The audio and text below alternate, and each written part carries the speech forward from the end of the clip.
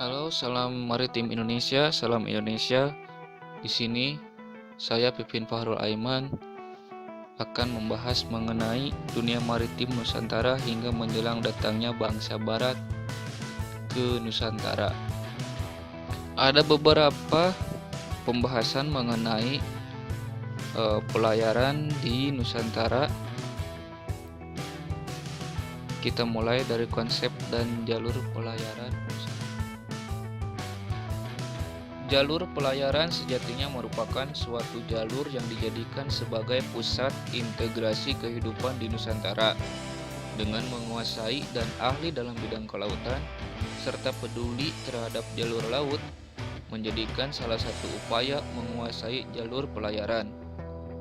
Dengan menguasai lokasi strategis, diklaim dapat menjadikan pelayaran yang dijadikan suatu jalur perdagangan.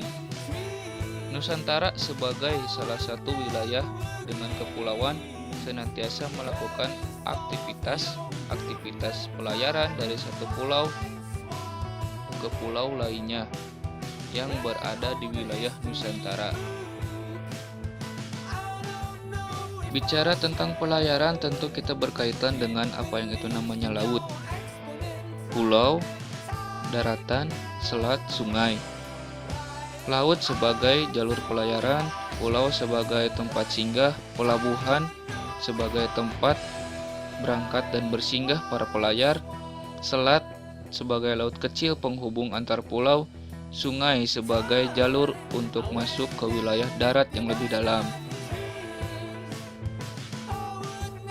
Untuk pelabuhan dan penguasa, kita berbicara mengenai siapa saja yang berkuasa akan pelabuhan ataupun jalur pelayaran tersebut, dimulai dari masa Kutai Kertanegara pada abad keempat dengan aktivitas baharinya, kemudian Sriwijaya sekitar abad ke-13 dengan menguasai selat-selat krusial di Nusantara ataupun di Sumatera,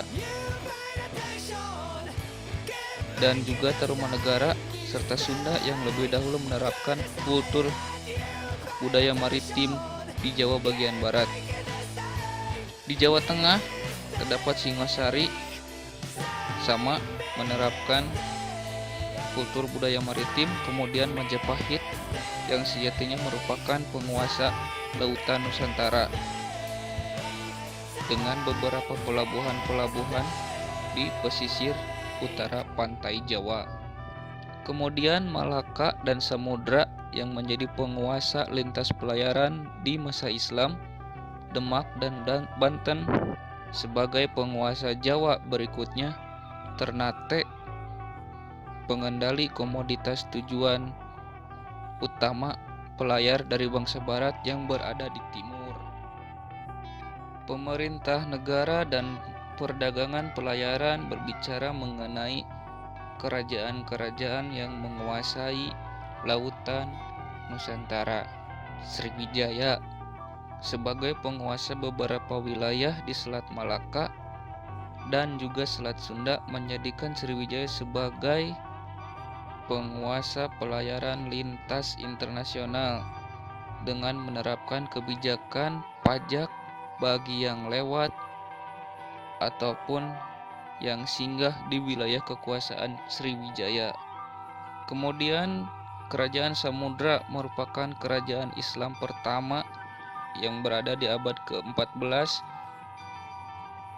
yang letaknya tepat berada di ujung barat Pulau Sumatera, yang mampu menjadi pengendali jalur laut ataupun lintas pelayaran internasional di bagian barat Nusantara. Kemudian Majapahit, abad ke-14 merupakan abad kejayaan Majapahit dengan misi menaklukkan Nusantara, dan Sumpah Palapanya Gajah Mada menjadikan upaya untuk menyatukan Nusantara dalam kekuasaan Majapahit dengan armada maritimnya yang kukuh dan tangguh, serta berhasil menaklukkan beberapa kerajaan yang ada di Nusantara dengan cara ekspansi dan diplomasi.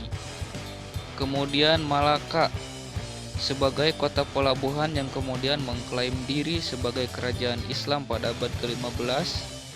Posisi yang strategis menjadikan Malaka sebagai pusat perniagaan internasional yang diklaim sebagai pengganti dari Sriwijaya.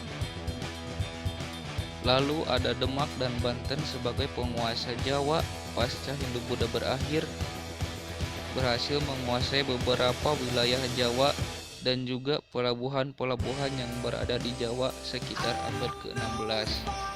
Kemudian Ternate dari timur sebagai pengendali komoditas ekspor rempah-rempah sebagai tujuan utama dari bangsa barat pun mampu menjadi kerajaan yang berpengaruh dalam pelayaran Nusantara.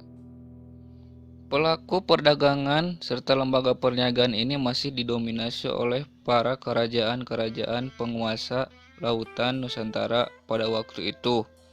Misalnya, di masa Kutai Kertanegara, perniagaan dilakukan antar pulau ke pulau ataupun sampai hingga ke daratan Afrika. Di masa Sriwijaya, Samudra dan Malaka pun yang saling bergantian mengambil alih Laut Sumatera dan Selat, menjadikan mereka sebagai pengelola lintas perdagangan internasional. Para pedagang yang lalu lalang melewati lautan kekuasaan mereka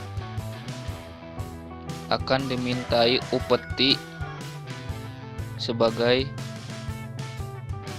dana masuk ke wilayah kekuasaan. Adapun yang lalu lalang tersebut berasal dari Cina, India, Arab, ataupun yang berlalu lalang ke arah sebaliknya. Pada masa Hindu-Buddha, pelayaran dilakukan dengan tujuan untuk menyebarluaskan kekuasaan dan mengambil alih jalur strategis pelayaran. Pada masa Islam pun sama, hanya lebih menekankan pada dimensi perdagangan Islam serta penyebaran agama Islam. Pola pelayaran tersebut melintas dari Cina ke India, Arab, dan Timur Tengah ataupun arah sebaliknya dengan melintasi Laut Sumatera dengan Selat Malakanya. Adapun jalur lain di Nusantara yaitu jalur Cina Malaka, jalur Malaka Maluku sebagai salah satu penghubung Asia Tenggara, serta jalur utama aktivitas perdagangan pelayaran Nusantara.